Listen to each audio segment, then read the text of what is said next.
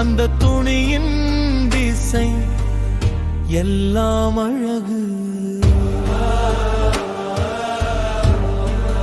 நீ ஒரு தேவதை, அருளரசி.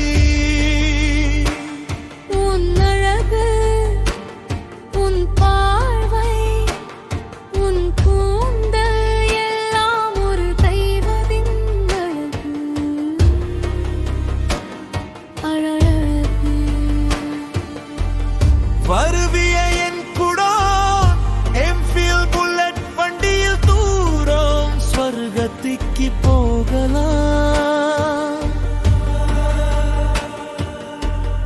அங்கே நிறைய பேசலாம், மகிழ்ச்சியில் விளையாடலாம்.